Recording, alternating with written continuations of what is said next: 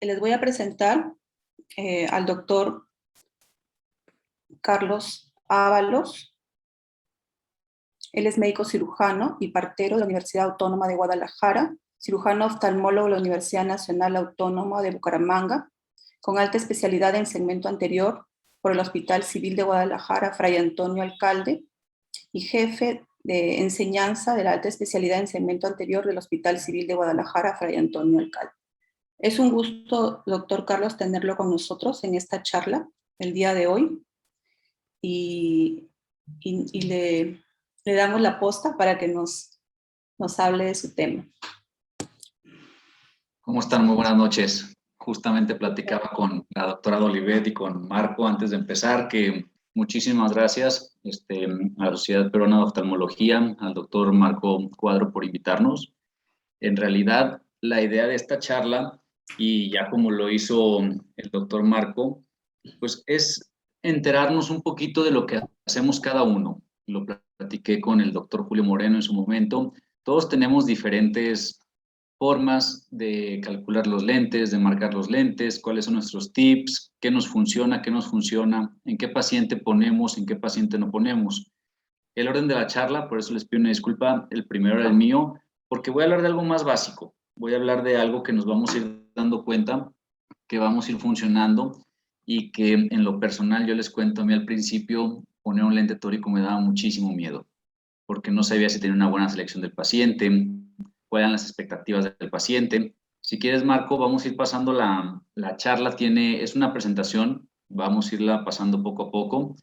No tengo fines comerciales y vamos a ir hablando primero, que lo comentaba con unos fellows, ¿quién sabe cuál es el significado de la palabra astigmatismo? Creo que muchas veces lo damos por un hecho y cada uno sabe lo que pensamos, pero proviene de griego, para no leerlo, pero también es un término creado por el doctor Wellen en 1817 y es la enfermedad del ojo debido a la falta de esfericidad de la córnea y el cristalino, y por ello la imagen de un punto no resulta puntual en la retina, sino en una mancha. Entonces, creo que con esta parte vamos a empezar, nos vamos a ir dando cuenta. Creo que ya todos sabemos cómo va siendo el astigmatismo, los tipos de astigmatismo. No voy a hacer tanto énfasis en esto, pero sí quiero que lo llevemos. Probablemente hay algunos residentes de primer año y creo que es una de las partes más difíciles de ir entendiendo. ¿Está bien? Vamos a ir pasando todo, Marco. Y sabemos que el astigmatismo fisiológico se explica de dos factores principales. El radio de la curvatura del meridiano vertical es menor, por lo cual la córnea tiene un mayor poder en este meridiano. Y la segunda parte, aquí lo vamos a ir viendo, se los voy a ir narrando básicamente para que quede esto un poquito más claro. Y el párpado tiene un efecto de aplanación en el meridiano horizontal. Y esto se va perdiendo con la edad, porque muchas veces no entendemos por qué es con la regla y qué es contra la regla. Y esto va a ir cambiando conforme la edad y nos da contra la regla en la tercera edad, ¿correcto? En este caso, si alguien tiene alguna aportación, alguna pregunta, si la doctora Dolivet lo cree necesario que la escriban ahí y posteriormente podemos platicar esa duda entre todos. Vamos a hablar de esta diapositiva. En lo personal me gusta mucho y siempre se las pongo. ¿Por qué? Porque así es como yo le explico a mi paciente. El paciente me dice, doctor, ¿qué es el astigmatismo? Y yo le digo, tu córnea es como un balón de fútbol americano y debería de ser como un balón de fútbol soccer. Así se los explico cuando los voy a operar o simplemente cuando van a utilizar gafas, el por qué yo no veo bien ni de lejos ni de cerca. Entonces, esta diapositiva se me hace muy fácil, el paciente lo entiende. Creo que Perú como México son países muy futboleros, entonces creo que lo podemos llegar a entender de esta manera.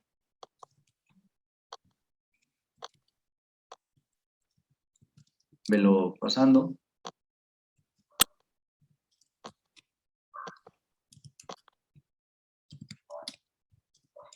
Entonces vamos a ir teniendo muy importante y verlo aquí que el astigmatismo con un mínimo de cilindro en un lente puesto hacia el eje horizontal para compensar. ¿Está bien? Esa es la parte conforme nosotros vamos a ir revisando esta parte del astigmatismo.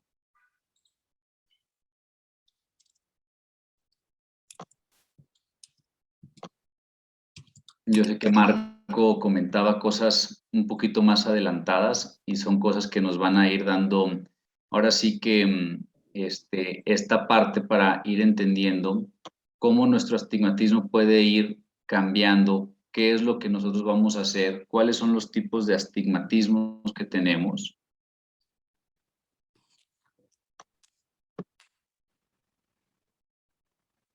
Es muy importante saber que el astigmatismo regular es causado por una córnea que tiene dos curvaturas. Esto es en la mayoría de las personas, pero hay que tomarlo en cuenta que tenemos una excepción muy grande y eso es lo importante de ir hablando. ¿Por qué? Porque en los pacientes con queratocono podemos presentar no solo dos curvaturas. Entonces también es importante tenerlo eso en esta parte y muchos van a darse cuenta en pacientes posoperados de cirugía refractiva que el astigmatismo puede ser de más de dos ejes. Generalmente son los pacientes que se operaron al principio, cuando empezó el boom de la cirugía refractiva del LASIK, hablando específicamente. Entonces había casos complicados que se convirtieron en ectasias por LASIK, muy comunes en toda parte del mundo. En México es común. Los artículos de los que hablan, que nos hablaban de un menos del 3%, uno nos hablaba del 0.6%, el otro día lo platicábamos. Viéndolo ya en esta parte, nosotros no creemos que sea tan bajo ese porcentaje.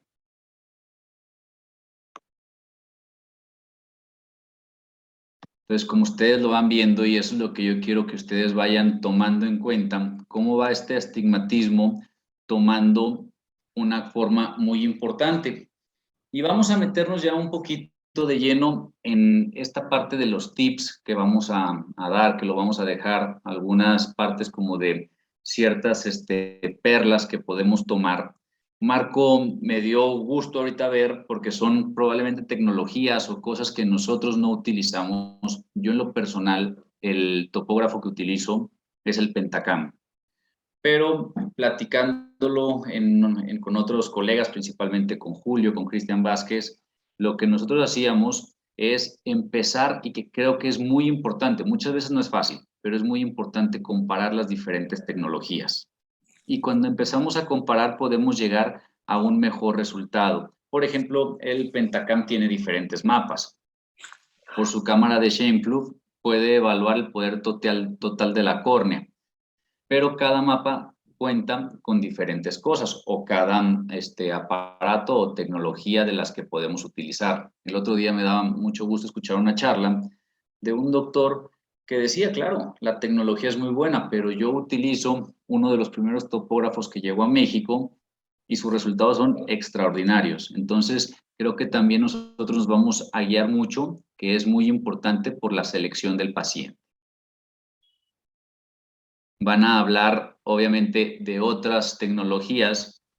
Y como les decía, lo ideal es no depender de una sola tecnología. Todas tienen sus ventajas y todas tienen sus carencias. Y eso es muy importante.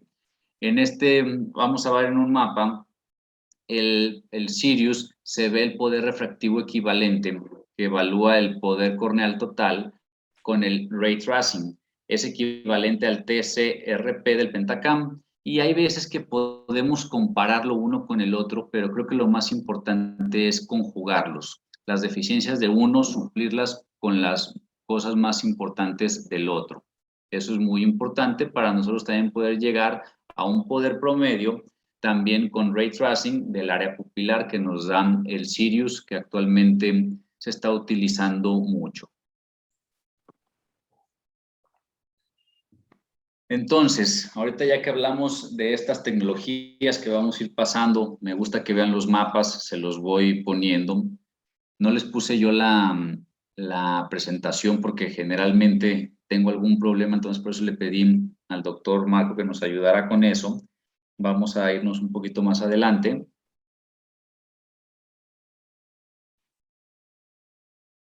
Estos son los mapas que podemos nosotros ir seleccionando, cuáles tienen, qué tienen, qué no tienen. Esta gráfica me gusta mucho por esta parte y uno puede ir tomando en cuenta qué es lo que necesita para su paciente.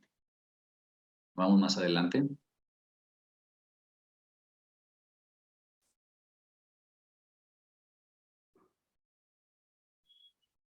Perfecto. Entonces, es muy importante que la potencia de un lente en dioptrías se puede calcular por medio de una sencilla fórmula para lentes delgadas basadas en la óptica paraxial. Eso es muy importante. Así, un lente que tenga la distancia focal de 1 metro tiene una dioptría positiva de poder.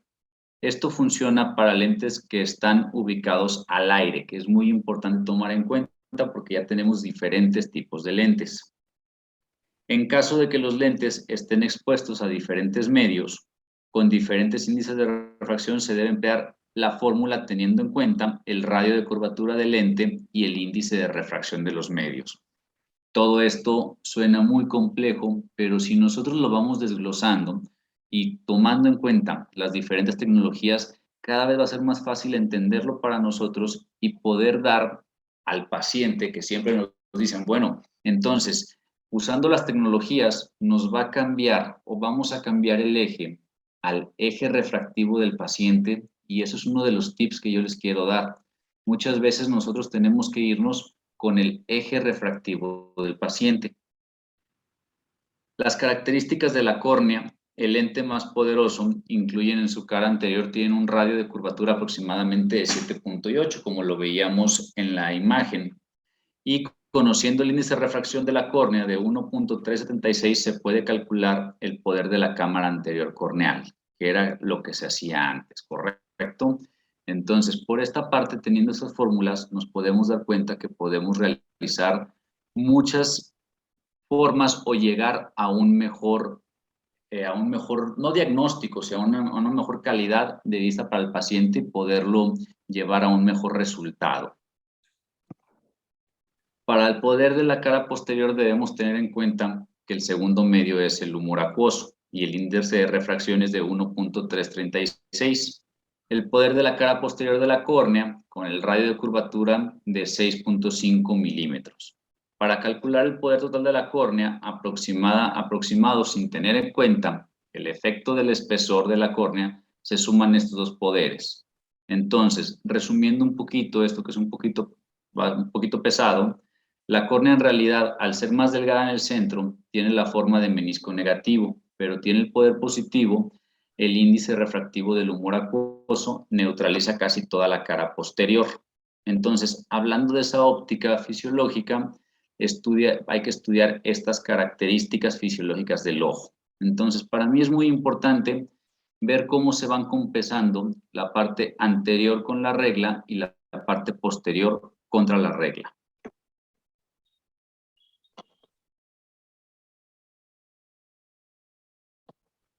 Ahí son los ejemplos en cuales se van sumando estas partes.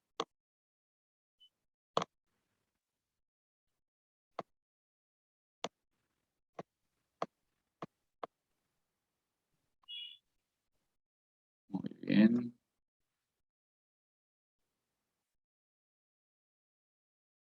Entonces, tomando en cuenta estas diapositivas, pues aquí vamos a ver la magnitud del astigmatismo corneal posterior. Entonces, estos son los autores, los artículos que han realizado y los años y cómo han ido evolucionando y cuáles son las tecnologías que han estado utilizando estos mismos autores. Entonces, es importante tomar en cuenta qué es lo que nosotros tenemos que ver y cómo nosotros podemos ir mejorando. Vemos lo que hizo el Orscan, que creo que muchos lo utilizamos, cuáles han sido los cambios de la cámara de Scheimpflug que usa el Pentacam, el Sirius, el Galilei. Entonces, tomar en cuenta los que podemos llegar a utilizar y cuál es la mejor forma de poder utilizarlo.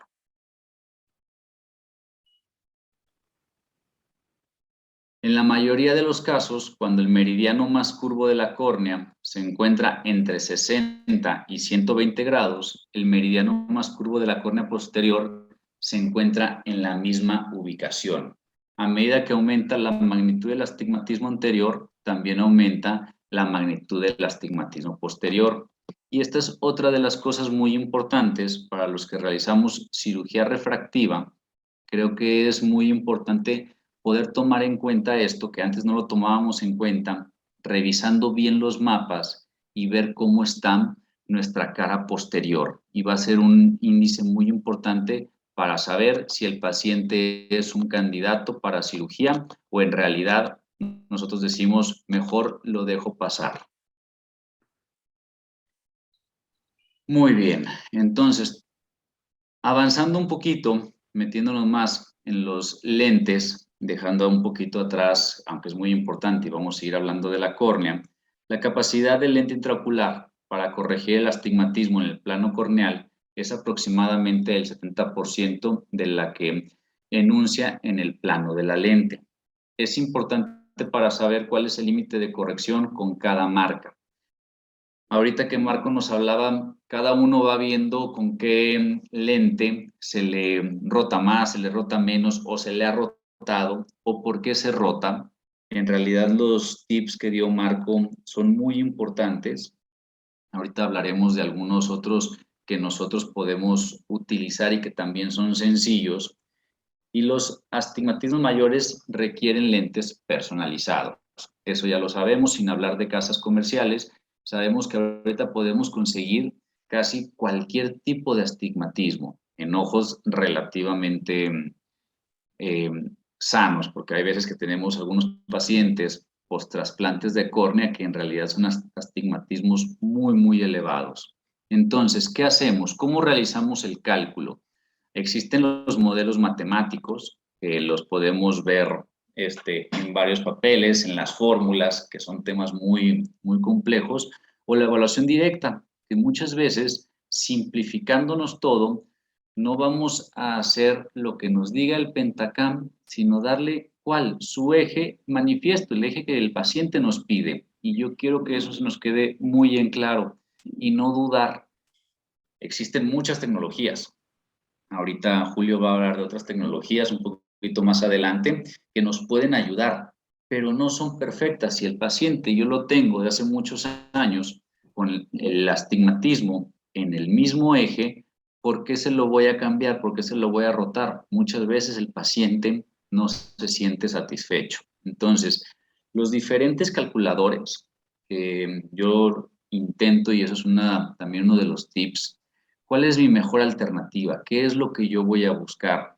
Y lo hemos hablado, ¿no? Es que este calculador, el ASCAS es muy bueno, el Panacea es muy bueno, el Asia Pacífico, los mismos calculadores que tiene el IOL Master, por ejemplo, o los que tienen los diferentes laboratorios. Yo creo que en lugar de tomar uno como tal, ahora tenemos acceso a muchos calculadores y podemos meter mucha información. Y lo que nosotros hacemos ahorita actualmente, ahí en el Hospital Civil, es llegar a un promedio en pacientes que no tenemos o que son diferentes o pacientes que vamos a hablar un poquito más adelante en esta charla, con ectasias, calcularlo, ver cuál es la mejor alternativa para el paciente y yo lo que les digo, no hay prisa por operar. Prefiero ponerle al paciente una gafa, un lente de contacto, que lo pruebe cómo se siente y eso me va a llevar un poquito más a lo que el paciente va a querer. Todas las partes matemáticas lo podemos ver y pudiéramos hablar de esto durante durante muchísimas sesiones, como decía la doctora Dolivet, pero lo más importante es ver cuáles son los más cercanos. Y aquí vemos la comparación que hace Alcon, que hace Holaday, que hace Barrett y que hace en esta parte cómo va a la parte centroide y vemos que todos son buenos. Creo que en esa parte la mayoría nos pueden funcionar. Hay unos que usan ciertas fórmulas y les va muy bien y les dices, bueno, ¿por qué usas nada más esta fórmula? Yo uso esta fórmula porque me ha ido muy bien, mis resultados han sido buenos y hay veces que los calculadores nos dicen otra cosa.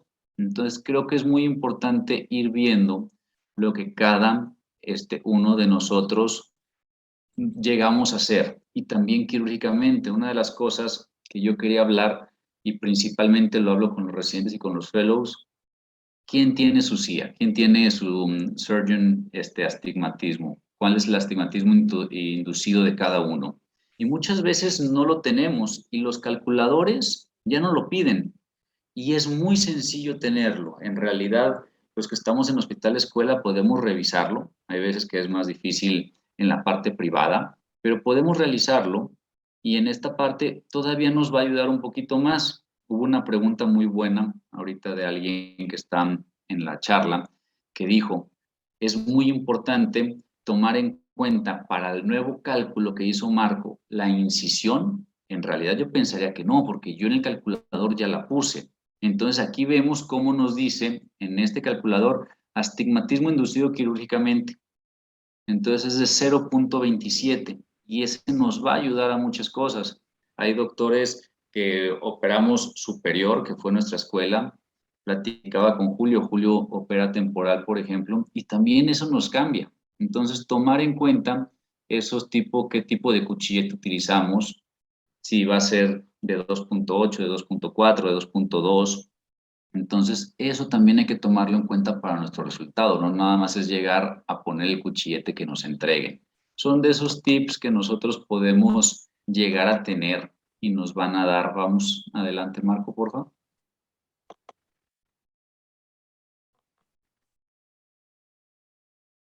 Entonces, muy importante ver las fórmulas que se van eligiendo. Los calculadores actualmente son muy nobles, son muy sencillos, son fáciles de utilizar y en realidad nos van a dar unos resultados excelentes. Y no nada más necesitamos leer los artículos, cuál es mejor o cuál es peor, es con cuál yo me puedo sentir más cómodo.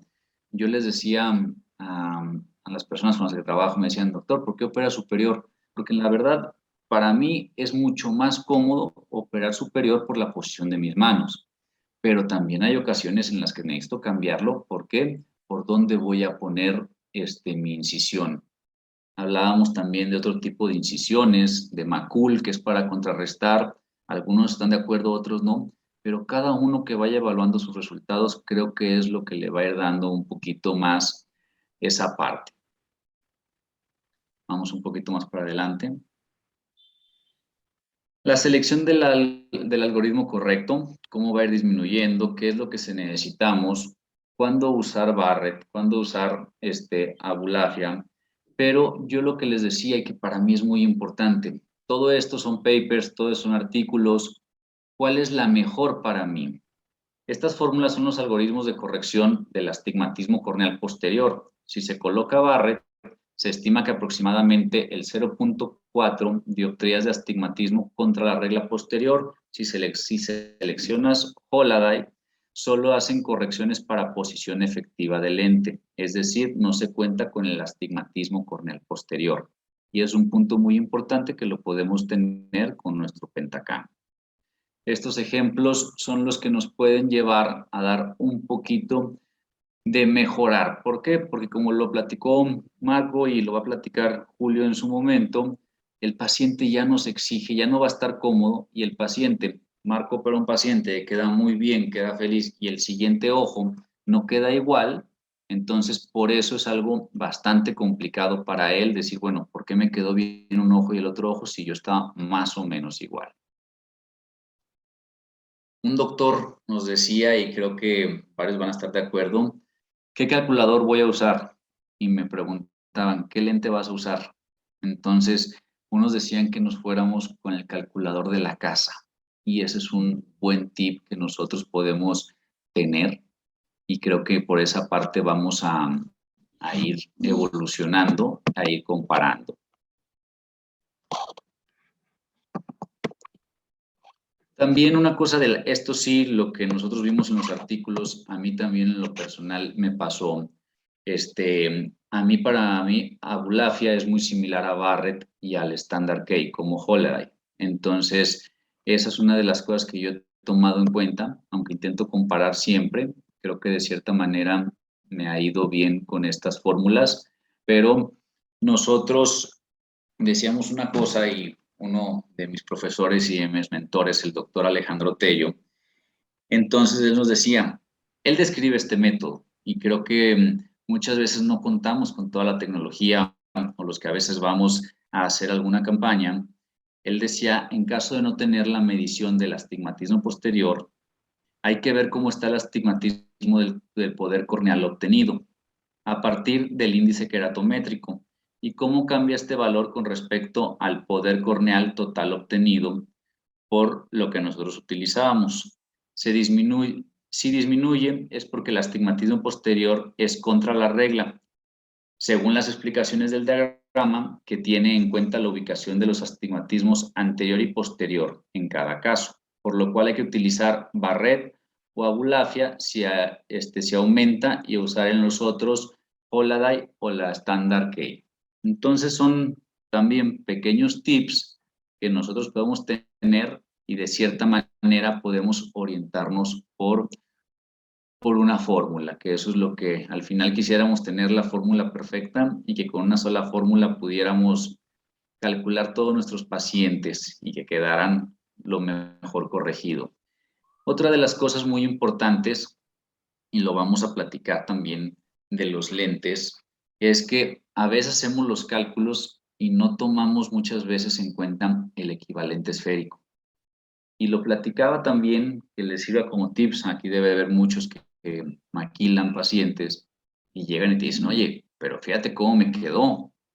Sí, le digo, pero saca el equivalente esférico y con un equivalente esférico muy bueno, entonces son situaciones que tenemos que tomar en cuenta. La casa comercial Zeiss juega mucho con los equivalentes esféricos para tomarlo en cuenta.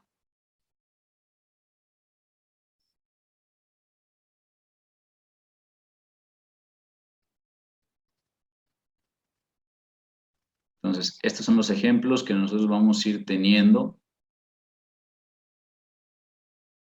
Están aquí haciendo unas preguntas. La idea es que las dejen ahí y al final de la charla de Julio contestarlas entre todos. Pues el ideal es como complicado, ¿no? Que yo decirles o que alguien nos diga, bueno, lo ideal es, pero lo ideal es la mejor forma de hacer el cálculo porque personaliza según la medición real del paciente y del astigmatismo. Creo que eso es muy importante. Hay que introducir obviamente los datos del paciente y nosotros vamos a ir dando en los diferentes calculadores la forma que nosotros vamos a ir buscando. Hay calculadores que no necesitas meter todos los datos, que solo con los datos que tengas te va a llevar a un probable buen resultado, que eso es lo más importante. Yo se los he dicho, creo que existe no sé, una mancuerna, podemos llamarlo de cierta manera, la que utilizo yo, que ahorita estamos utilizando algunas otras, pero para mí es muy importante utilizar un IOL Master 700, no todo el mundo tenemos acceso a él, junto con un Pentacam. Son dos tecnologías caras, pero creo que son los resultados que más se pueden compaginar. Actualmente están utilizando de la casa Nidec, el Sirius. Entonces creo que podemos llegar a tener cada vez mejores resultados.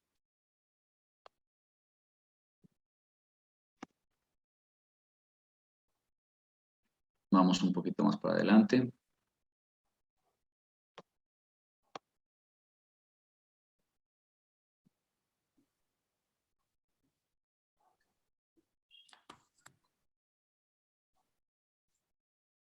Bueno, entonces, creo que yo les voy a contar un caso mío, Este es, creo que el que más miedo le podemos llegar a tener a todos, o todos, ¿a qué? Al paciente con ectasia corneal, al paciente con queratocono. Creo que de cierta manera son los más, engañosos. Y bueno, yo tuve un paciente que me llegó recomendado, le hice los cálculos de todo lo que yo pude y dije, le voy a poner un lente. No contábamos con la tecnología ORA, eso es un hecho, aunque el ORA también tiene fallas en este tipo de pacientes. Calculamos, nos tardamos un buen rato calculando, me apoyé en varios colegas Cuando le pongo el lente del primer ojo, el paciente muy contento. La agudeza visual sin corrección era 20/400 y después de ponerle lente era 20/40. Entonces el paciente estaba feliz. Le opero el otro ojo y el paciente dice, veo muy bien, pero monocularmente. Binocular no veo bien. Las imágenes no las distingo bien. Empecé a estudiarlo, di un tiempo, dilaté al paciente, revisé los ejes, revisé los cálculos, todos los pasos que nos dijo Marco, los hice.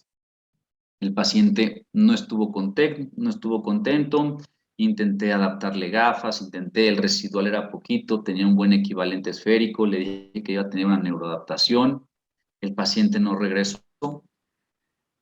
Más o menos a las semanas, 2 o 3 semanas, me llega un paciente casi con el mismo caso, pero les puedo decir que un caso muy similar.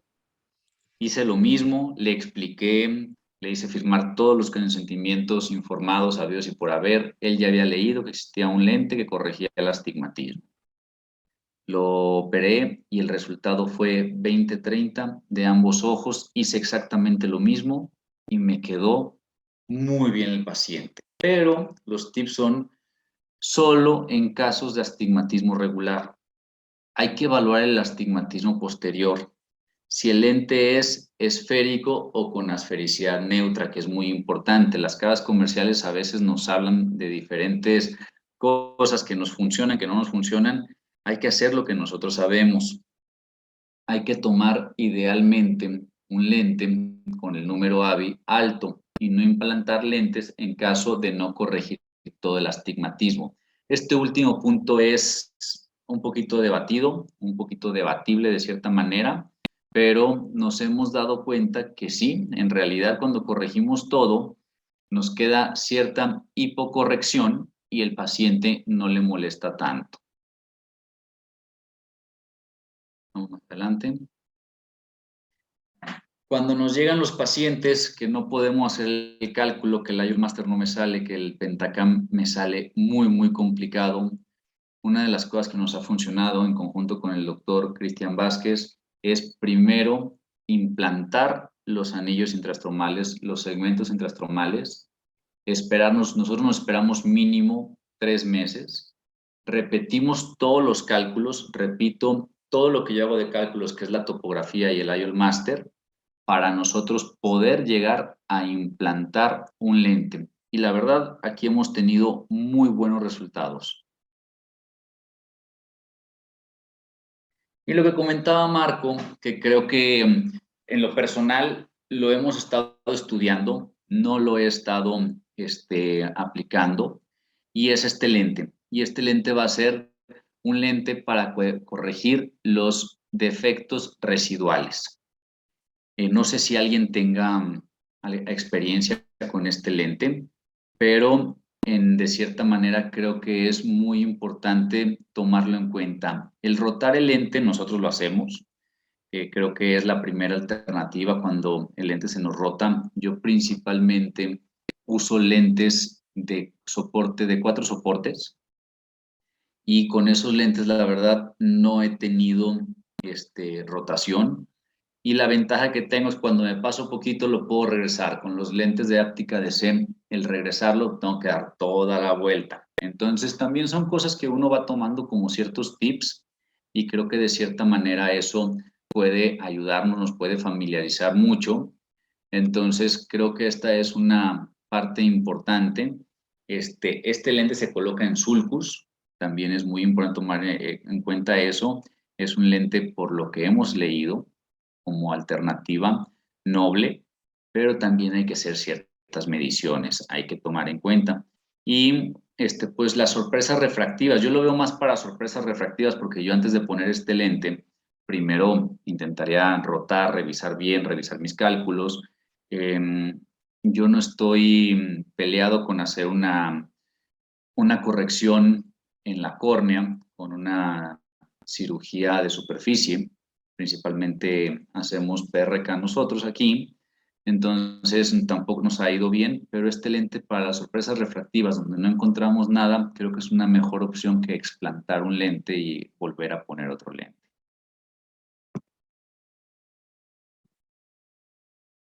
Y bueno, pues ahora sí que las conclusiones, las recomendaciones y como las perlas que podemos dejar, sé que no es como la charla al principio más fácil o más interesante, pero es muy importante para ir viendo los pacientes. El lente tórico únicamente utilizarlo en astigmatismo regular.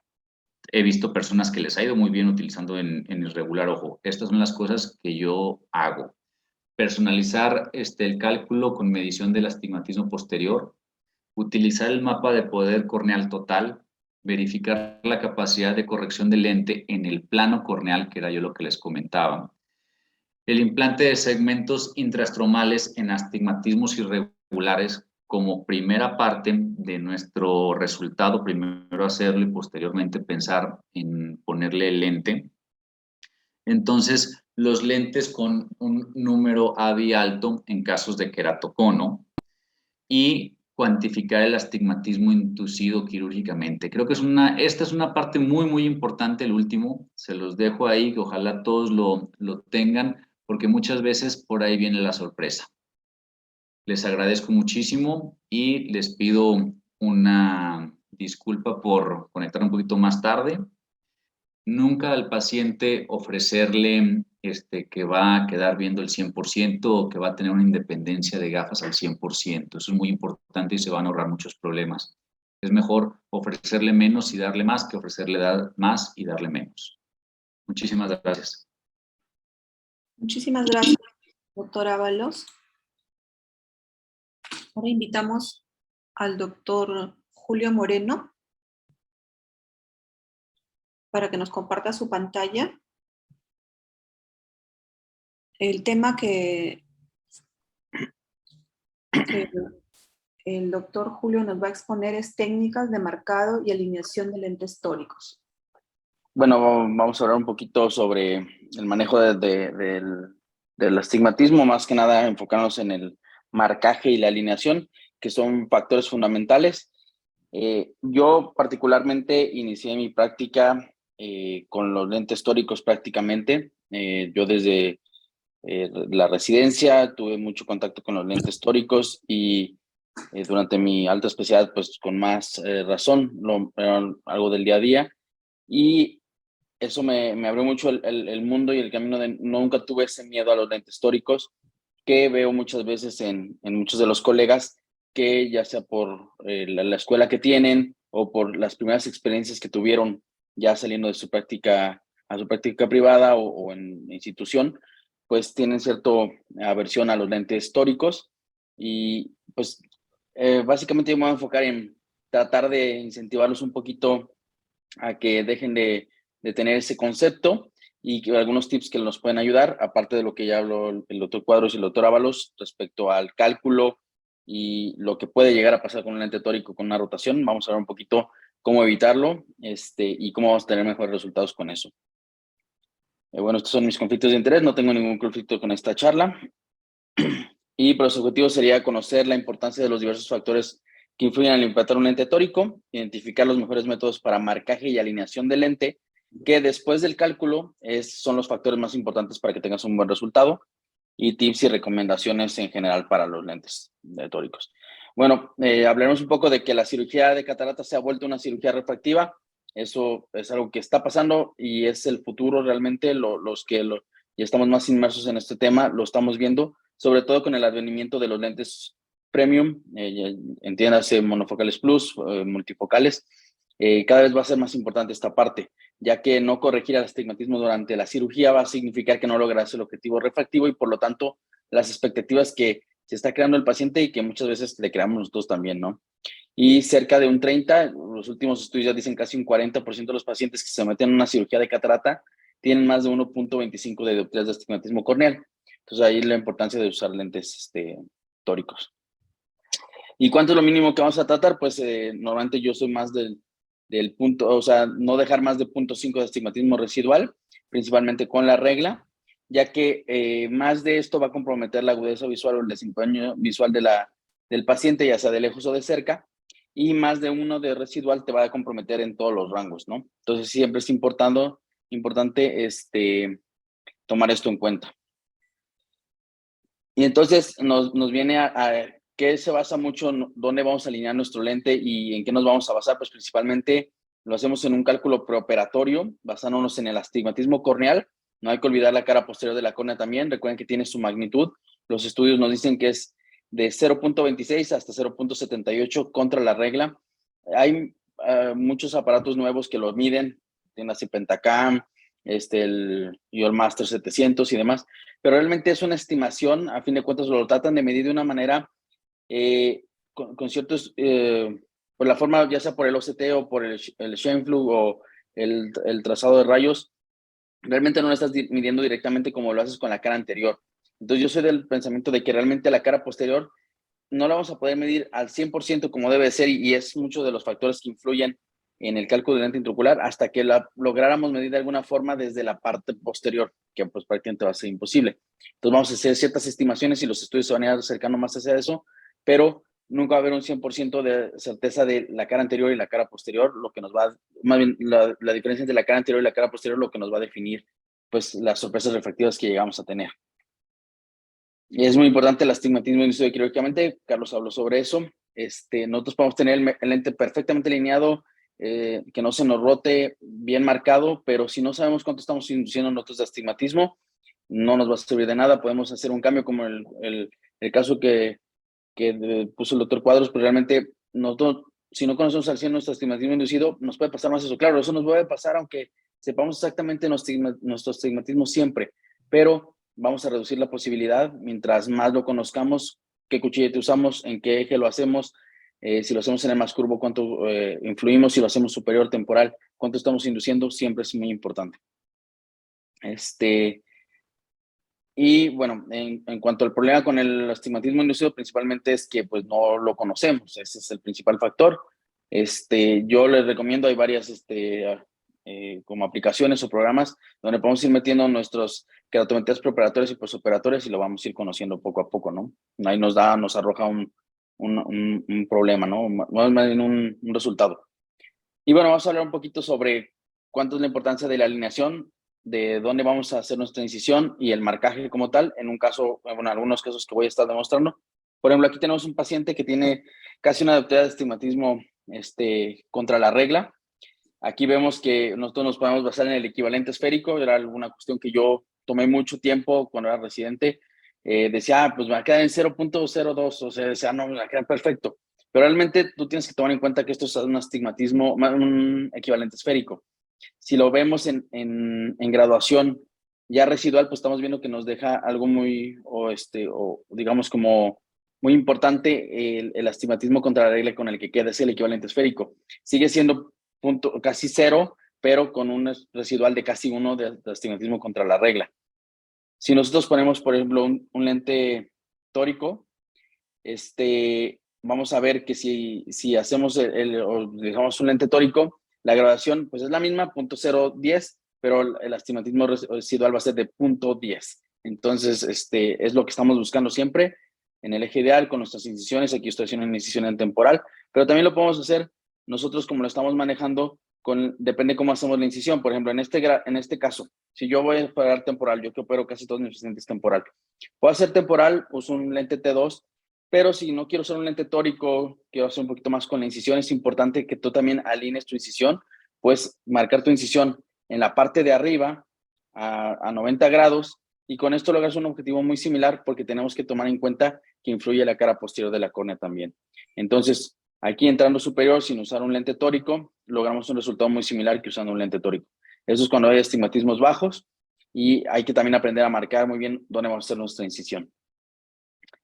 Yo utilizo el calculador de Panacea. Ya Carlos habló en general sobre los cálculos, pues básicamente en el que hago para algunos jugar un poco. La importancia de este calculador que hizo el doctor Flicker es que nosotros podemos, después de llenar todos nuestros datos normales que hacemos en cualquier otro calculador, nosotros podemos decir dónde vamos a hacer nuestra incisión y podemos jugar un poquito con ella cómo va a ser y nos va a dar el marcaje que nosotros tenemos que tener dependiendo de dónde la vamos a hacer. Es importante siempre marcar también la incisión. Por ejemplo, yo si entro a 180, tiene que ser 180, pero si entro a 226 si estoy operando temporal o a 135 si estoy operando superior, lo podemos marcar y se va a ver en tiempo real cómo se está moviendo nuestra incisión. Básicamente esto lo hago para saber el astigmatismo residual que voy a tener, qué toricidad voy a utilizar y dónde voy a hacer mi incisión. Es mucho más intuitiva que otras fórmulas donde tienes que cambiar el eje y darle enter y entonces te sale la nueva. No, aquí nada, con que muevas el eje donde está haciendo tu incisión, en tiempo real se está moviendo el astigmatismo residual y el eje del lente que vamos a implantar. Entonces, ¿cómo es el marcaje? Esta es la parte importante o el pivote de mi charla, sería el marcaje del paciente. Realmente hay múltiples estudios, no todos vamos a tener siempre el acceso a las nuevas tecnologías, pero se ha visto en los estudios que incluso los marcadores más básicos, los más sencillos, que sería un marcaje en lámpara hendidura o utilizar un marcador pendular, son tan precisos o de los más precisos comparados incluso con equipos actuales de plataformas de marcado por imagen o guiadas por cálculo transoperatorio y demás. Entonces, esto es muy importante saber. Si nosotros empezamos con los lentes tóricos, no tenemos acceso a la tecnología, podemos tener un marcador pendular. Hace poco en un congreso compré uno en $100, realmente no son costosos y los estudios nos han demostrado que son bastante competentes e incluso equiparables sin una diferencia estadísticamente significativa con otro tipo de marcadores. Bien, en marcaje por imagen, básicamente hay diferentes tipos. Por ejemplo, podemos tener el Calisto, el Verion, el OPD también nos da algunos cálculos o dónde vamos a guiarnos por la imagen. Podemos tomar la imagen del ojo preoperatorio, el paciente sentado, y quitando la ciclotorsión, y se basa, ya sea que lo hagan automáticamente el equipo, toma puntos del iris, puntos de los vasos conjuntivales, y te dice el eje donde va a quedar 0, 180, 90, y dónde puedes tú orientar tu lente. O también toma una imagen donde tú mismo manualmente puedes tomar puntos de referencia y ahí dices, mi lente va a quedar donde estaba venita y demás, ¿no? Entonces, es importante conocerlos. También hay marcaje mediante láser de femtosegundo, donde en la Rexis se hacen unas pequeñas marcas, como las vemos en esta parte. No son tan marcadas, pero es algo así, que siguen la continuidad de la cápsula Rexis, obviamente hacia adentro de la Rexis como tal, para evitar que se llegue a correr, y nos pueden marcar dónde va a ir nuestro lente. Transquirúrgicamente a veces se pierde, se desepitalizó, se pierde el marcaje que hicimos con el plumón. Lo podemos hacer de esta manera también en el láser de femtosegundo. En cuanto a la alineación, pues es crucial para la eficacia del lente tórico, como lo vimos con el doctor Cuadros, pues realmente tú tienes que tener tu lente alineado perfectamente. Se ha visto en los lentes que teóricamente se rotaron, que más del 59% de estos pacientes que podemos pensar que el lente estaba rotado, realmente estuvo mal alineado desde el principio de la cirugía.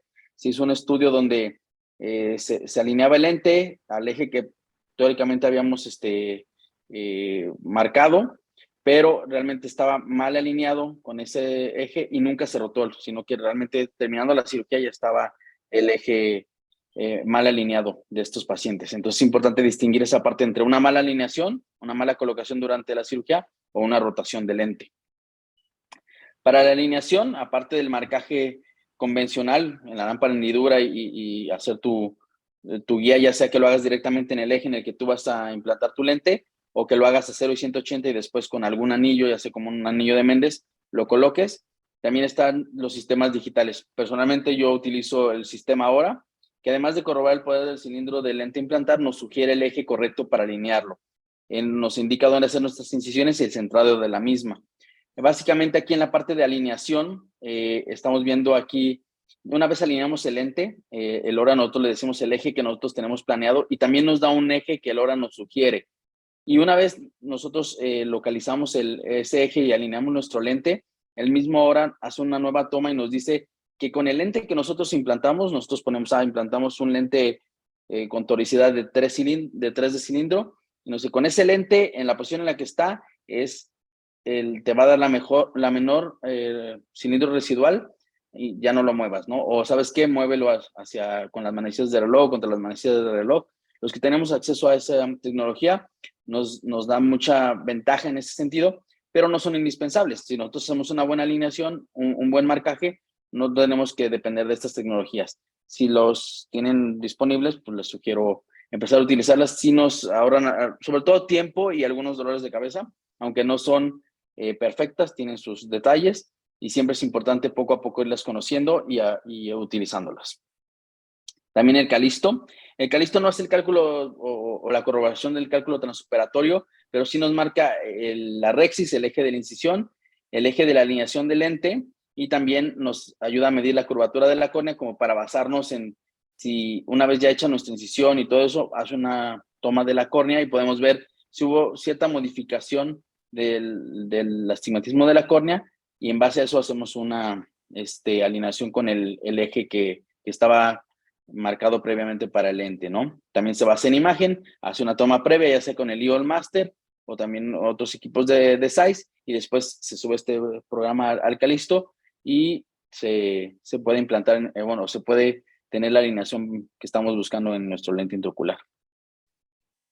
Se ha visto que, como lo dijo el doctor Cuadros, los lentes de acrílico, si son bien implantados, si son bien alineados, hay menos de 2 grados de rotación en estos lentes. Los lentes acrílicos tienen muy buena estabilidad rotacional. También abriéndonos a diferentes casas comerciales, hay estudios que van más hacia un tipo de lente de ápticas, otros hacia otro, pero realmente no hay un consenso como tal. Simplemente lo que sí conocemos y estamos seguros es que un lente acrílico bien implantado, donde sacamos el visco, donde nuestra cápsula rexis es de buen tamaño, que hace un overlapping de la óptica en el 360 grados, donde lo alineamos perfectamente y sacamos el visco, lo retiramos adecuadamente, no se tiene que rotar más de 2 grados una vez terminada la cirugía. También importante, lo dijo el doctor Cuadros, el posoperatorio. Yo no los dejo 1 hora, pero sí unos 20 minutos en recuperación, sin que se muevan. Realmente no todos tenemos disponible de que en recuperación se pueda estar el paciente totalmente quieto. Ahí muchas veces estamos en una clínica que están operando múltiples cirujanos, pero sí se recomienda mínimo 20 minutos después de la cirugía, posición semifowler, no movimiento para nada, y el menor esfuerzo posible después de que salgan a quirófano y se estén cambiando, ¿no? Y bueno, las conclusiones. No podemos omitir la importancia del astigmatismo de la cara posterior. Debemos de conocer nuestro astigmatismo inducido quirúrgicamente. El target que yo casi siempre sugiero es 0 a menos 0,25 con la regla. Es importante perder el miedo a los lentes tóricos. Nos pueden dar todos los tips que queramos, pero si realmente nosotros no estamos conscientes de que el beneficio que va a llevar nuestros pacientes con estos lentes es importante, sobre todo en lentes multifocales, pues realmente no los vamos a empezar a utilizar. Entonces, yo los incentivo a los que no lo utilizamos aún y a los que tienen cierto miedo o ya tuvieron la experiencia y no les fue muy bien, tomar ciertos de estos tips. Con mucho gusto, el doctor Carlos, el doctor Cuadro, nosotros nos podemos asesorar en dado caso de que tengan alguna duda. Y pues conocer que ninguna cirugía es perfecta, aunque sigamos todos los tips, todos los consejos, hagamos los miles de cálculos, puede haber un caso que no nos queda al 100%, que no quede contento, y debemos estar preparados para enfrentar este tipo de casos y poder resolverlos. Muchas gracias. Entonces, Marco, empezamos. Muy bien, empezamos. Gracias a la doctora Olivet por la invitación, al doctor Torres también por permitirme compartir este tema, que ya tuve la oportunidad de dar algunas recomendaciones, ¿no? Justamente en el congreso reciente.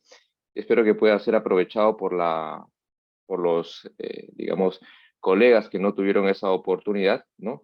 Porque siempre es importante el tema del lente tórico, ¿no? Creo que es un lente que todo cirujano especialista de catarata y segmento va a tener la oportunidad de colocar, sobre todo si quiere dejar al paciente cada vez apuntando más con mayor precisión hacia la hemetropía, ¿no? Porque como sabemos, nuestros pacientes a medida que pasa el tiempo son más exigentes con los resultados, ¿no?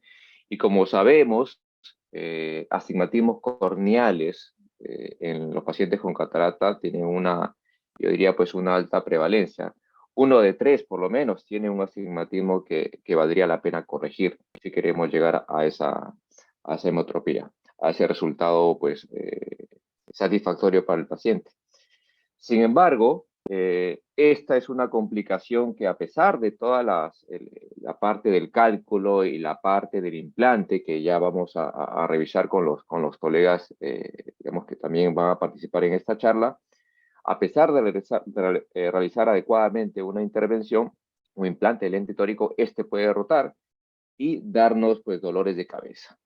Entonces no hay ningún interés comercial. Comencemos con un caso clínico, ¿no? Es un paciente que llegó al consultorio de 68 años, tenía una agudeza visual con corrección de 20/40 ojo derecho, 20/70, y bueno, el diagnóstico era pues una catarata, como se ve ahí en la gráfica, principalmente nuclear en el ojo izquierdo, lo que daba una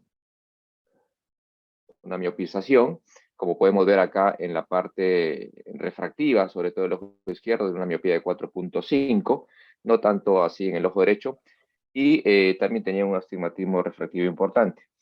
Se corren los exámenes y en la biometría nos damos cuenta de que hay un astigmatismo corneal importante, corroborado también con la topografía, ¿no? Entonces, definitivamente a este paciente, si queremos dejarlo refractivamente de manera adecuada, tenemos que pensar en un lente tórico, no hay otra manera. Entonces, ese fue el plan. El paciente optó por un lente monofocal, no estaba interesado en lentes trifocales, quería un lente monofocal y comenzamos con el ojo que tenía más catarata, que era el ojo izquierdo. Acordémonos de su refracción preoperatoria. Y luego de la cirugía, pues este fue el resultado, ¿no? Entonces, como verán, obtuvo una agudeza visual sin corrección de 20/25 bastante aceptable, ¿no? Satisfactoria para el paciente y muy contento. Entonces, se procedió a ir con el segundo ojo. Entonces, en el preoperatorio este ojo habíamos encontrado pues un astigmatismo refractivo de 2.25 con una miopía de 1, llegaba a ver 20/40, se procedió a la cirugía y esta es la refracción postoperatoria que encontramos. Entonces, obviamente el paciente vino muy desconcertado. Luego de la primera experiencia con el primer ojo, pues no pensaba que iba a ver tan borroso con el segundo ojo en el ojo derecho, en este caso, siendo así su agudeza visual sin corrección 20/200. Entonces, la pregunta es, ¿qué pasó acá, no? ¿Qué se hizo mal? Si se había optado, digamos, bueno, ya era el segundo ojo, el primer ojo fue muy bien, se hizo lo mismo, sin embargo, el resultado no era nada satisfactorio. Entonces, tanto el paciente como el médico estaban descontentos y alarmados. ¿Por qué obtuve ese astigmatismo residual? Entonces, ¿fue un error de cálculo o fue un error de alineación? Entonces, definitivamente error de cálculo no, porque se hizo todos los estudios, los análisis, los cálculos que justamente ya nos van a comentar también en esta sesión. Y bueno, no fue bien con el ojo o el primer ojo, asumimos que no era el problema. Un error de alineación, es decir, no haber colocado el lente durante la cirugía donde correspondía. Entonces se revisó el video y se dejó donde estaba marcado pues, la zona operatoria. Entonces, lo más probable es que haya sido un error de alineación postoperatorio, es decir, que este lente pueda haberse desplazado. Entonces verificamos la planificación. Como verán ahí, pues el lente tenía que estar a un eje de 103 y este es el resultado del paciente. Entonces, prácticamente observamos que el meridiano o el eje del lente había rotado de lo que tenía que haber sido casi vertical, pasó a ser casi horizontal. ¿Okay? ¿Y qué sucede cuando los lentes rotan? ¿Qué nos dice el doctor Holliday? Y es que basta que rote 1 grado de la posición indicada y vamos a tener hasta un 3% de la pérdida del poder cilíndrico. Si rota 30 grados, ya ese lente prácticamente no está ejerciendo ningún efecto cilíndrico y por lo tanto no corregimos ningún astigmatismo. Pero lo que es peor, si rota incluso hasta 90 grados, no solamente no hemos corregido nada, sino que empeoramos el astigmatismo refractivo, ¿no? Y algo así fue lo que pasó con este paciente. De pasar de un astigmatismo refractivo de 2, lo dejamos en 4 aproximadamente. Entonces, para evitar justamente estos inconvenientes, para que no les pase esto, o para que no me vuelva a pasar, entonces les presento pues algunas recomendaciones o los 7 tips justamente para que no tengan esta rotación postoperatoria indeseada. Lo primero es seleccionar el lente. ¿Okay? Entonces, hay lentes que son más estables que otros y rotan en menor frecuencia que otros. Esos están relacionados con los lentes acrílicos, que por el material es más estable con el complejo lente capsular que el material de silicona. Los hidrofóbicos también, por su parte, presentan mayor estabilidad que los hidrofílicos. Los lentes trifocales, ¿okay? No tanto así los EDO, porque no sabría decirles ya que no hay estudios relacionados con esos lentes, pero sí hay estudios que corroboran que la estabilidad de un trifocal tórico es mucho mayor a la de un monofocal tórico. Eso está relacionado con la superficie del lente, mientras, digamos, menos lisa, menos regular, y como sabemos los trifocales a veces tienen como ciertos pisos, anillos, eso hace que se adhieran más a lo que es el área capsular. Y finalmente, en cuanto al diseño del lente, hablando propiamente de la óptica, digamos, no hay diferencia. Puede ser una óptica en plato o una óptica en loop, entonces va a ser la misma estabilidad. El segundo tip es realizar una rexis. Creo que este es uno de los más importantes. Una rexis, como le digo, hay tipo Fento, ¿no? Entonces, lo más circular de un tamaño adecuado, ¿no? Que se pueda hacer de tal manera que embolse toda la óptica en 360 grados, ¿no? Entonces, ese es el tamaño que se recomienda, ese es el diámetro entre 4.5 a 5.5 para que justamente embolse de manera adecuada todo la circunferencia de la óptica y sea mucho más estable. Acuérdense que a mayor contacto de la cápsula con el lente va a haber mucho mayor estabilidad. Ahora, para lograr esa rexis tan perfecta, claro, no les sugiero, no les pido que deben operar a los pacientes con un Fento. Hagamos cosas más sencillas, ¿no? Podemos usar un marcador de rexis y acá les presento un videito que por ahí en una cirugía combinada no tenía mi marcador de rexis, ¿okay? Y pueden agarrar la misma, digamos, el capuchoncito de una jeringuita de 1 o de 3 y con eso mismo identar sobre la córnea y le va a dejar una marca. Como ven ahí en la fotografía inferior derecha, se ve la indentación y esa puede ser una guía simple, sencilla, económica, ¿ok? Si es que no tienen algo más sofisticado, por así decirlo. El tercer tip es no realizar el pulido de la cápsula anterior. ¿Okay? Entonces, estas células epiteliales que muchas veces se quedan a nivel de la cápsula anterior y uno quiere, digamos, aspirarlas para dejar la cápsula, entre comillas, limpia. Entonces, estas células son las que van a generar mayor adherencia con el lente. Por lo tanto, no se recomienda aspirarlo, dejarlo ahí. Igual, los estudios han corroborado de que aspirar estas células no va a reducir de manera significativa la incidencia de una opacidad capsular posterior. Así que no tendría sentido hacer ese paso, mucho menos en los pacientes en los que se va a colocar un lente tórico.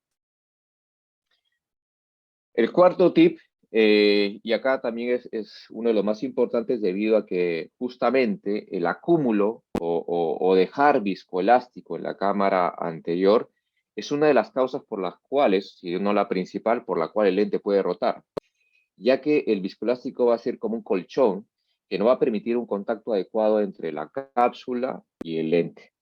Entonces, para los principiantes o para los residentes que estén comenzando con lentes tóricos, bueno, sí, ellos pueden utilizar viscoelástico, pero se recomienda un viscoelástico de rápida absorción, generalmente los cohesivos. El cohesivo se absorbe mucho más rápido, se absorbe en conjunto, entonces hay menos riesgo de que dejen resto de viscoelástico en cámara anterior. No sería adecuado implantarlo con metilcelulosa, dispersivos, porque aspirar todo ese viscoelástico va a demorar. Según los estudios, puede demorar hasta 5 minutos aspirando todo el viscoelástico. Entonces es un poco difícil que los cirujanos en general demoren tanto tiempo en este paso que es vital, ¿no? Por eso yo quizá he optado por hacer más hidroimplante, ¿no? En pacientes con lente histórico, ¿no? Sobre todo si es una plataforma con la que ya estoy familiarizado, entonces no me hago tanto problema con este paso y prefiero hacer un hidroimplante donde sé que no voy a dejar prácticamente viscoelástico en cámara anterior y el contacto del lente con la cápsula va a ser mucho mejor.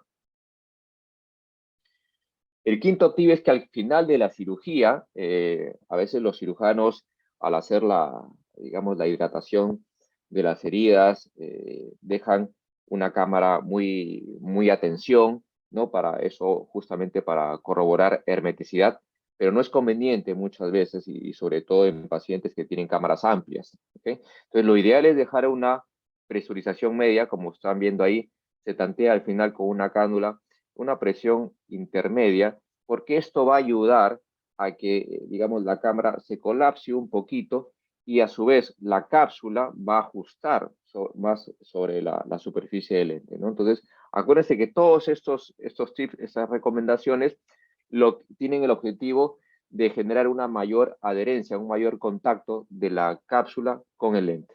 De esa manera se genera más estabilidad y menos posibilidad de rotación. El sexto tip se desprende del tip anterior. Entonces, no se recomienda dejar una burbuja grande al final de la cirugía. Entonces, muchos hacemos eso, ya sea porque tenemos un pequeño desprendimiento de DSM en las heridas principales, porque queremos formar más la cámara, pero al colocar una burbuja grande, o en general dejar burbuja en la cámara anterior, vamos a hacer o vamos a evitar que haya un contacto adecuado del lente con la cápsula anterior. Y por último, tenemos la inmovilidad del paciente por una hora. Los estudios mencionan que la rotación del paciente o del lente, ¿okay?, se da con mayor frecuencia dentro del primer día. Y dentro del primer día, sorpresa es saber que la principal o el momento en que mayor rota es dentro de la primera hora después de la cirugía. Entonces, no se recomienda que el paciente esté haciendo mucho movimiento o que se le dé de alta de manera inmediata. Dejémoslo tranquilo al paciente una hora para que justamente en este momento que es crítico haya menor riesgo de desplazamiento o rotación del lente. Una vez entendidos los tips, bueno, veamos también cómo resolver el astigmo residual si en caso, a pesar de haber seguido todas las recomendaciones, tenemos un lente que ha rotado, ¿no? Entonces, como este caso en particular, acuérdense del astigmatismo refractivo de 4.25. Entonces, ¿cuáles son las alternativas de manejo? Si tenemos un astigmatismo pequeño, menos de 0.75, pues el paciente puede usar unos lentes, ya sea externos o lentes de contacto, aunque claro, esta opción a veces puede ser un poquito incómoda para el paciente, pues la idea era que no use gafas en lo absoluto. Las incisiones relajantes limbares también son otra alternativa. Generalmente, bueno, ahora ya se hacen con mayor precisión, con femtosegundo, ¿no? Esto es para casos de astigmatismos en promedio 1 o 1.5. Ya hablando de procedimientos quirúrgicos, digamos, más complejos, como una cirugía ya refractiva con láser a nivel corneal, tenemos el LASIK, PRK, SMILE. Ya esto es para defectos refractivos o astigmatismos refractivos mayores de 0.75. Generalmente cuando se acompaña también de un defecto esférico importante, uno podría optar por esto. Y finalmente tenemos la opción de rotar el lente. Entonces, si observamos que había una rotación demasiado amplia, extensa, como en el caso de este paciente y el astigmatismo también es muy importante, la primera opción sería rotar el lente. Bueno, entonces, una vez que decidimos la alternativa, la opción para nuestro paciente, que es obviamente la de rotar nuevamente el lente, la pregunta es si tenemos que rotar este lente a la posición inicial, es decir, en este caso a los 103 que se había planificado, o es una nueva posición la que se recomienda. ¿Qué nos dice el doctor Holliday? Bueno, no es recomendable si queremos mayor precisión, si queremos reducir el astigmatismo lo mayor posible, no es recomendable volver a la posición inicial.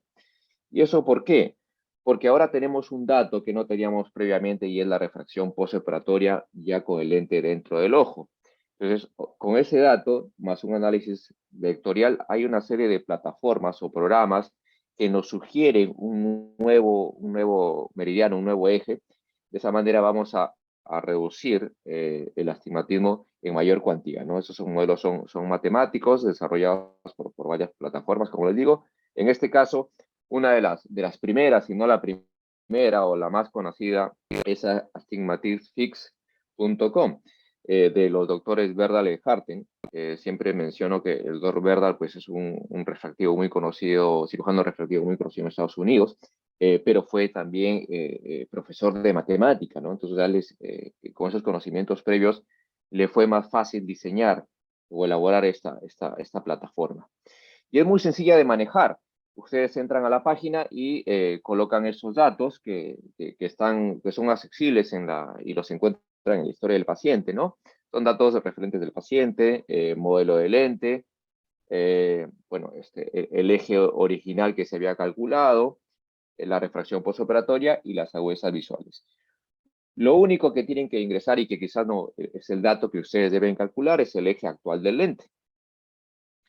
Para eso, ¿cómo lo pueden hacer si quieren tener un poco más de precisión para el cálculo, ¿no? Le toman una foto al paciente y lo ingresan a este otro programa, a este otro software, que lo pueden encontrar en los dispositivos móviles o en la computadora, y eso les va a permitir más o menos tener una idea de en qué eje se encuentra la nueva posición del lente. En este caso, yo le calculé, como pueden ver en la gráfica, aproximadamente unos 170 grados. Entonces, esta es la página el analizador. Vienen ustedes a colocar los datos, se coloca el lente, ¿ok?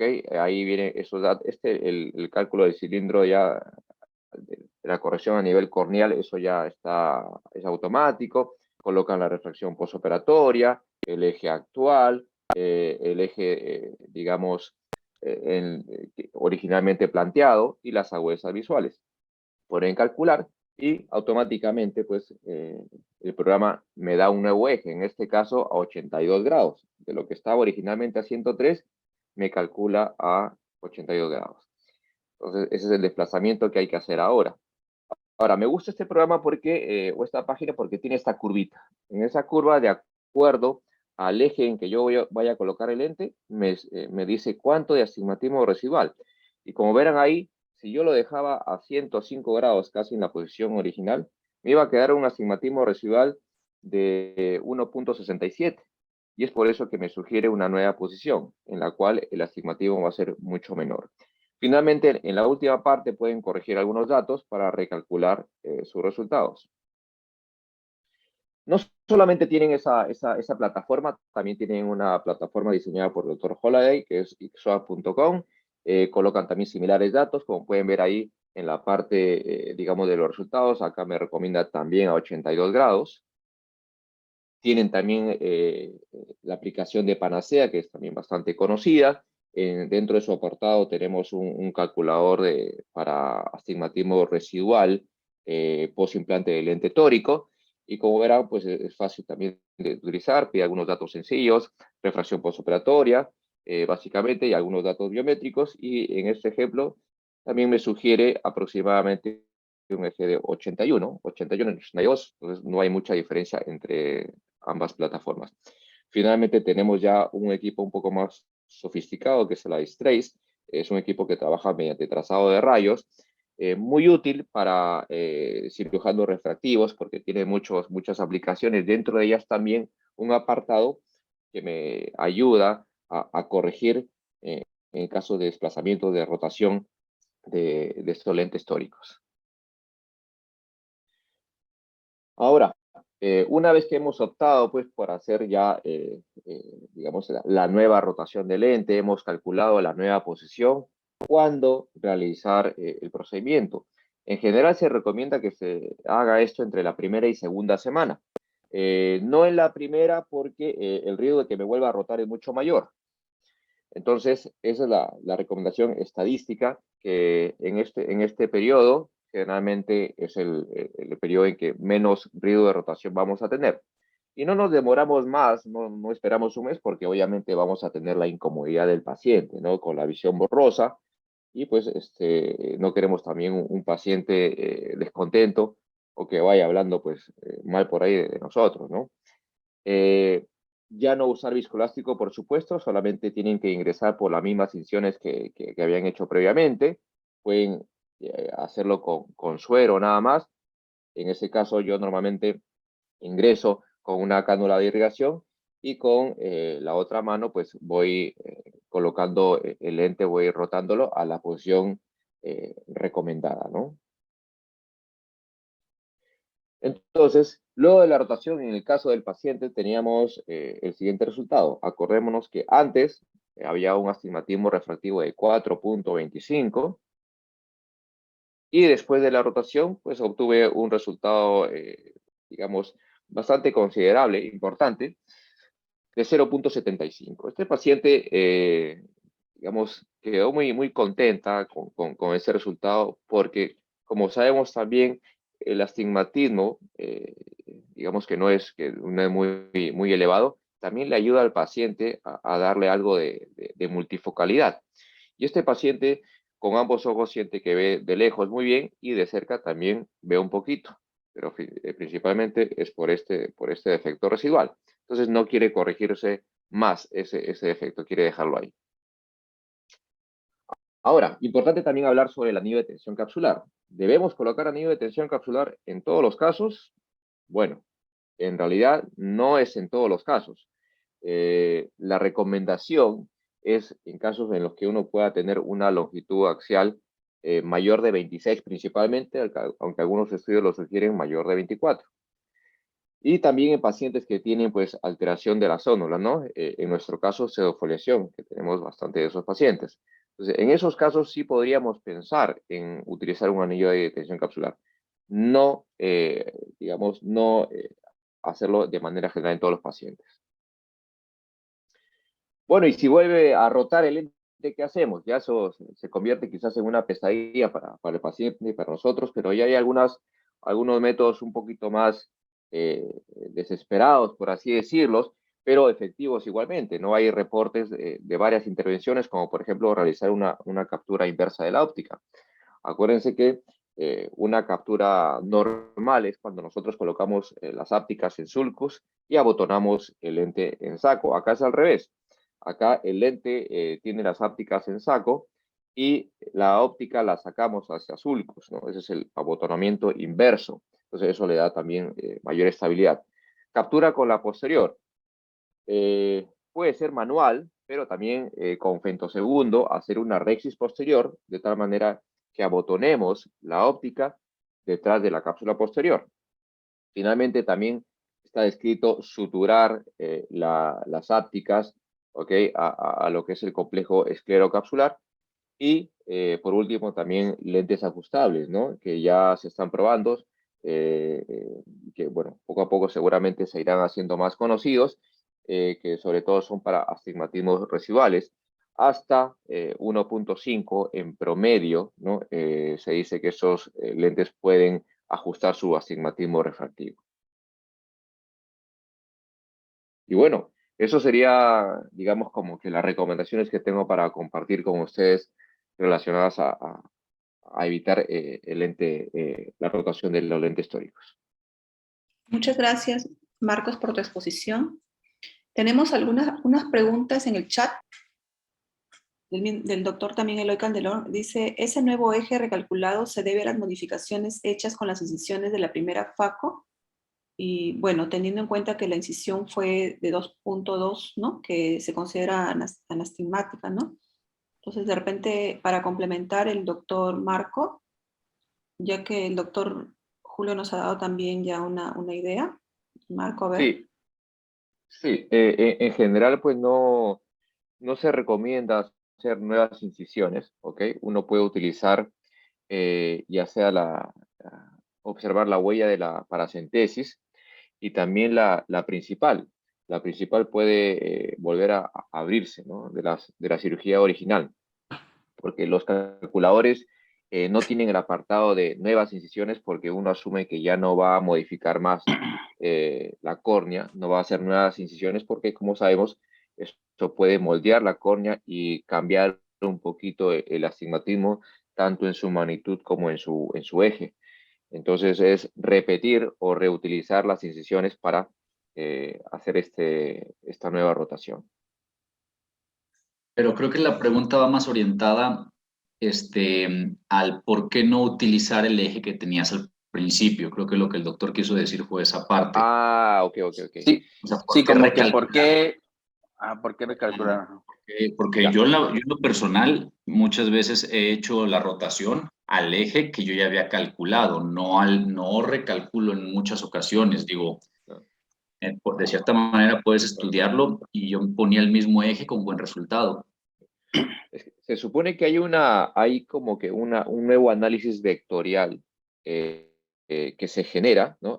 A raíz de las incisiones que haces, ¿no? En la cirugía, vas a modificar la córnea.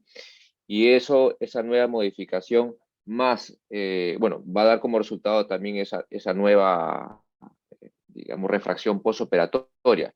Estos analizadores solamente trabajan con la refracción postoperatoria y de esa manera realizan el análisis vectorial y sugieren un nuevo eje, un nuevo meridiano para reducir al máximo el astigmatismo.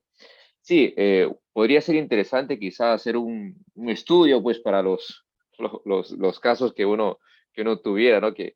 Obviamente uno no quisiera, ¿no? Tener muchos de esos casos de rotación muy importante y comparar, ¿no? Quizás como una manera de experiencia personal, intentar hacer, digamos, rotar el lente al mismo eje original o guiarse por las recomendaciones que hacen estas plataformas con análisis vectoriales, ¿no?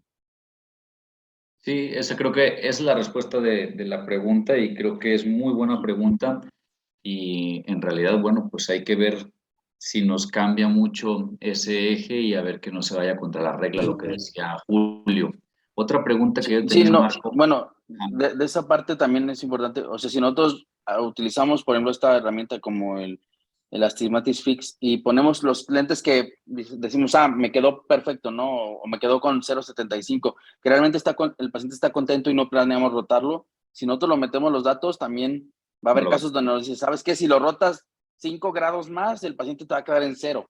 O sea, esa es la parte, y está en tu eje planeado. Entonces, realmente esto ya lo toma en cuenta y ese es un nuevo eje porque ya toma en cuenta todo lo que tú hiciste en la cirugía, tus incisiones, el astigmatismo que hiciste en la cara anterior, cara posterior, si puede haber cierto tilt o ciertas cosas que hay ahí realmente y por lo que tu eje original planeado no era el exacto y por eso es importante esta parte. Entonces va a haber lentes que nunca vamos a rotar, pero sí, que aunque estén en el eje planeado, pueden haber estado mejor si los rotas un poquito. Lo va a cambiar por lo que dice Marco. Ujú.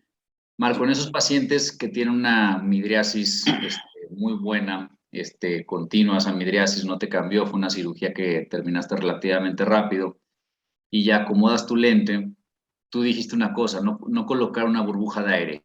Tú estás poniendo el lente nada más con pura agua, ya no estás poniendo viscoelástico. En Sí. esa parte, colocar un miótico, por ejemplo, nosotros pues, utilizábamos el miocol, ¿no? Para que no se rote, para que no se mueva, para que no tenga una presión positiva. ¿Lo has utilizado? Sería un tip, porque muchos doctores lo tenemos de rutina el miocol. Ujú. Sí, en realidad casi que la mayoría de lentes premium, ¿no? Que colocamos, ya sea tóricos, multifocales, tendemos esa tendencia a cerrar la pupila para ver qué tan centradito queda, ¿no? Sobre todo en los multifocales que queremos ver que coincida el anillo central con el eje pupilar. Lo mismo también es en los tóricos. Si uno tiene una pupila como que muy dilatada, podríamos colocar un poquito de miostat como para que cierre y haga un ajuste, ¿no? Nos sentimos a veces más seguros. El mecanismo como tal, no sabemos si eso mejora también un contacto de la cápsula con digamos, con el lente, porque de eso se trata. Pero sí, en general, se hace y se podría agregar como un octavo tip, ¿no? Cerrar la pupila. Es muy curioso lo que mencionas, lo de la burbuja, porque revisando los videos de la cirugía de esta paciente, de ambos ojos, el único, la única acción diferente que fue en este segundo ojo es que al final le dejé una buena burbuja. Entonces, ya como experiencia personal, o sea, no encuentro otra causa por la cual se me haya rotado tanto más que esa burbuja. Yo Y era lo una roté. paciente con una cámara amplia, Ajá. entonces ahí como que Es no le complicado. ayudó a ajustar ese lente. A mí a veces se me hace como complicado que el lente se rote. Lo que dijo Julio, el porcentaje que sacó se me hace abrumador, el 59%.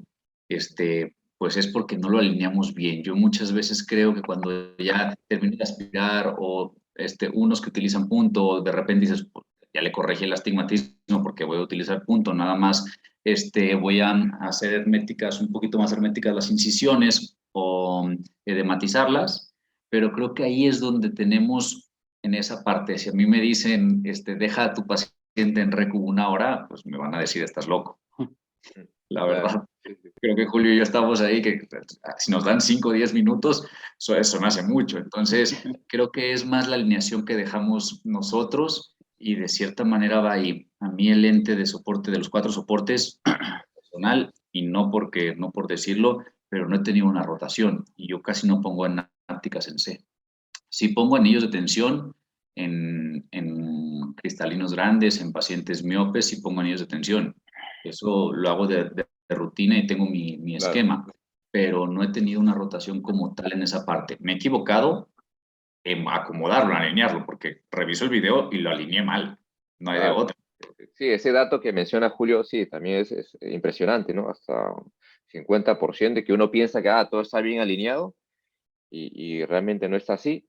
Bueno, entonces quizás será, bueno, o qué puede ser realmente, ¿no? Para que no falle en ese momento el cálculo visual, ¿no? De que estamos Sí, mal realmente alineados. eso sería en los que Pues están una alineados pregunta, como poquito, ¿no? Sí, ¿Perdón? doctor Torres. Sí, bueno, primero felicitar a Carlos, a Julio y a Marco por las grandes exposiciones.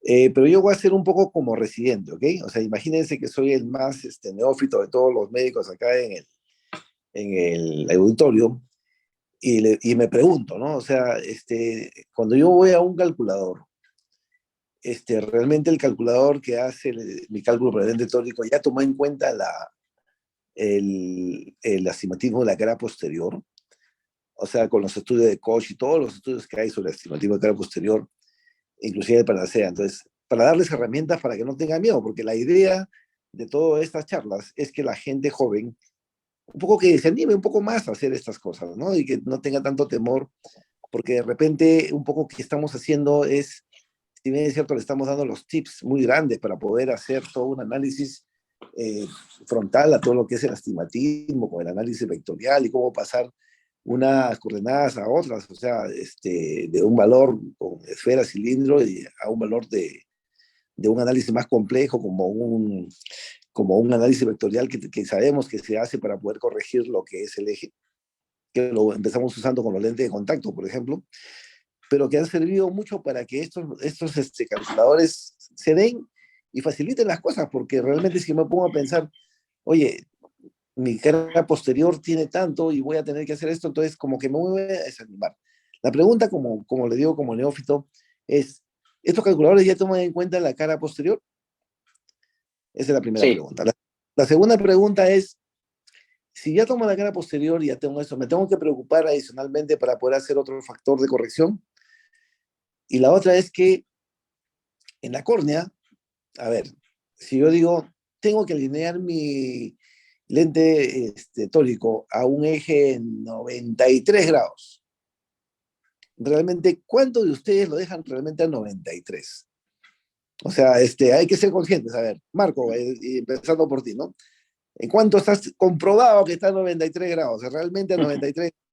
Sí, obviamente es un ejercicio que a veces dejamos de hacer, no me va a mentir ni el doctor Julio ni el doctor Carlos, en que cuando uno ya ve el estado refractivo satisfactorio del paciente, un astigmatismo residual de 0.5, que prácticamente el paciente que no lo percibe a veces y está muy contento, ya no le decimos véngase a la semana o al mes para dilatarle la pupila y comparar, ¿no? La fotografía de la planificación como, y observar en dónde realmente está el eje lente, ¿no? Ya como que casi que le da de alta a ese paciente, ¿no? Y está contento con el resultado, pero no verifica realmente si le quedó donde quería colocarlo, ¿no? No en todos los pacientes. Cuando Disculpe las que te papas quemas, ahí sí.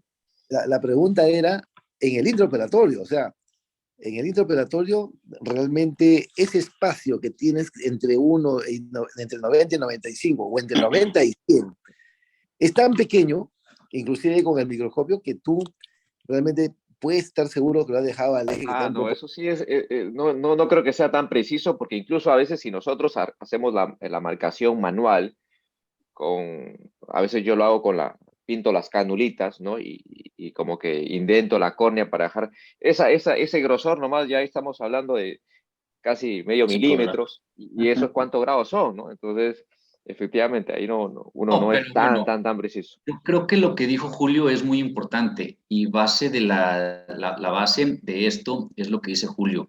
Nosotros lo hemos visto y lo hemos platicado. La marcación es supremamente importante y existe, como dijo Julio, $100 o a veces hasta menos y ya no te da la cánula, te da dos puntitos. Y yo en esa parte, saludando al doctor Torres, yo creo que la marcación es la clave y sí podemos llegar a tener muy buenos resultados, sin hablar de la tecnología de ahora, que no es tan fácil tenerla porque ahí sí lo dejas y lo dejas a los 93 Claro. grados. O sea, en eso ahí sí no hay vuelta de hoja.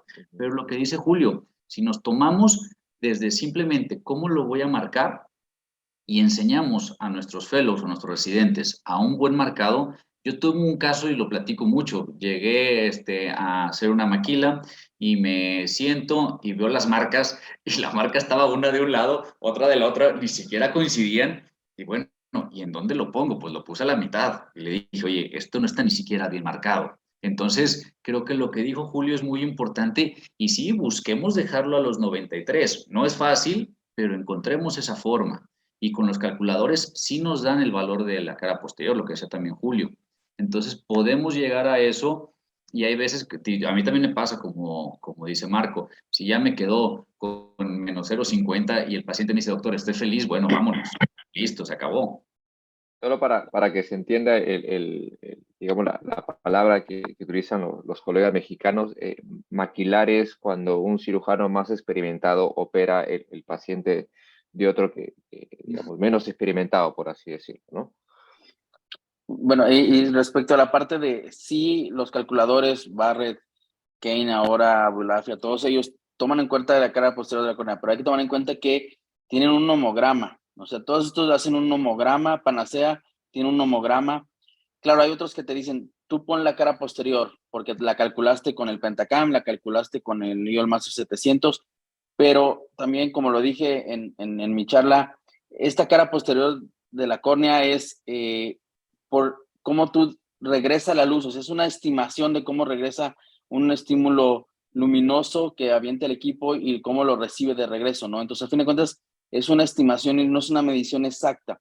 Ahora con el OCT se está tomando así, pero también el OCT tiene que estimar cuánto una elevación en la cara posterior lo conviertes a dioptrías y todo eso. Entonces, aún así, aunque tú lo hagas y lo tomes y hagas el nomograma más importante, aún así no estamos todavía en ese punto en el que va a ser perfecto. Pero en la gran mayoría de los pacientes, arriba del 86%, por ejemplo, en el nomograma de Koch, es pacientes que van a entrar dentro de ese rango donde tu nomograma va a quedar muy bien.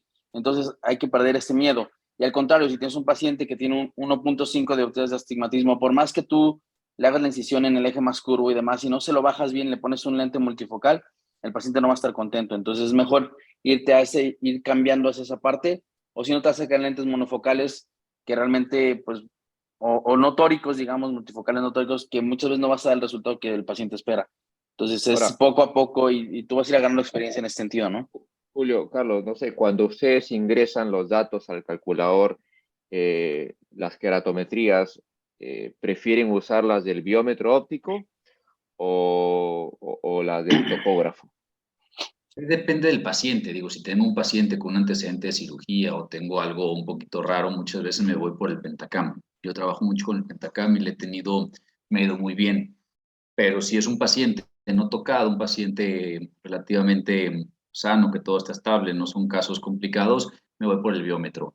Y nada más voy a hacer un paréntesis rápido. Lo que dijo Julio ahorita, yo se lo aprendí a él. Yo antes me iba con la incisión y decía, bueno, tiene 0,75, tiene esto, yo le voy a quitar un poquito con esto y lo voy a dejar 0,25. Y tuve 3, 4 pacientes, doctor, pues sí veo, pero no tan bien. O sea, y digo, la selección del paciente es muy importante, que puede ser otra charla, pero de cierta manera, con lo que Julio nos está diciendo, con lo que le fui aprendiendo de esa manera, yo ya mejor le pongo el tórico, ya me voy a otra parte, buscando eso que nos está pidiendo el paciente. La cirugía de catarata se convirtió en algo refractivo y cada vez más exigente. Llegan en movimiento de manos y quieren irse 20-20 J1. Bueno, en cuanto al biómetro y el topógrafo, también depende qué biómetro y qué topógrafo tienes disponible. No es lo mismo un Neural Master de primera generación, te da 4 puntos de keratometrías, que un Neural Master 700. Realmente depende mucho ese factor. Yo normalmente a mis pacientes les tomo mínimo 4 keratometrías, el biómetro, el OPD, Sirius y las del autorefractor, y más o menos ahí ya veo si necesito hacerle algo más.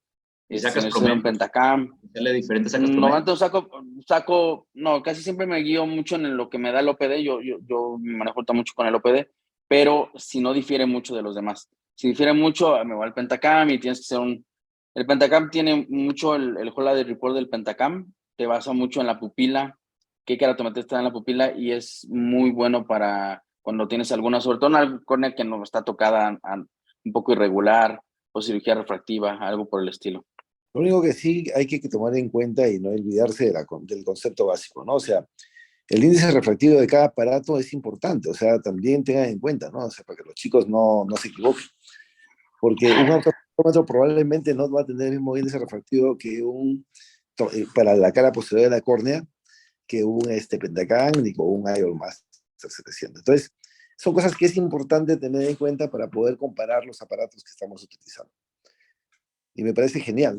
Por la hora, chicos, de verdad que nos gustaría pasarnos hasta la hora que se pueda, pero realmente ha sido una charla muy, muy bestial. Acá le decimos bestial a la que ha sido atractiva. Qué pena que con más tiempo, pero que de verdad que les agradezco mucho sus aportes, las cosas como la han planteado, ha sido muy ilustrativo. Olivet, no sé si tienes alguna cosa adicional para agregar. Bueno, agradecerles, ¿no?, a los doctores por la participación en esta charla, con sus ponencias que han sido muy, muy buenas, nos dan más alcances de repente, y a los médicos residentes, como dice el doctor Felipe, siempre tratar de darles más para que siempre pierdan ese temor. En realidad no debería ser temor, de repente es como cuidado a lo desconocido, ¿no? O sea, ya poco a poco lo vamos a ir conociendo más, tenemos que saber los tipos de lentes, los calculadores, los exámenes que necesitamos para seleccionar bien al paciente y el tipo de lente que vamos a usar, ¿no?, en cada paciente, en cada caso. Entonces es como perderle ese cuidado a empezar a implantar las nuevas tecnologías, ¿no? Eso es lo más importante para lograr la emetropía, que es lo que queremos en nuestros pacientes. Y siempre, como dijeron ustedes mismos, es siempre hacerles, recalcarles a los pacientes que el lente intraocular, en general cualquiera de ellos, no es lo mismo que su propio cristalino, no vamos a lograr al 100% una metropía, siempre pueden haber sorpresas refractivas, siempre pueden haber residuales, ¿no?, que el paciente tiene que conocer, no ofrecerles el todo, digamos, ¿no? Entonces, muchísimas gracias a todos, a Marco por invitar a los doctores, al doctor Ábalos, al doctor Moreno. Muchísimas gracias y bueno, de repente contar con su participación en otras charlas, porque este tema, a pesar de ser un solo tema, ha quedado cortito el tiempo. Muchísimas gracias, doctores. Gracias, doctora. Con mucho gusto. Gracias. Gracias a todos. Buenas noches, buenas noches con todos. Buenas noches. Gracias. Buenas noches, maestro. Buenas noches. Gracias.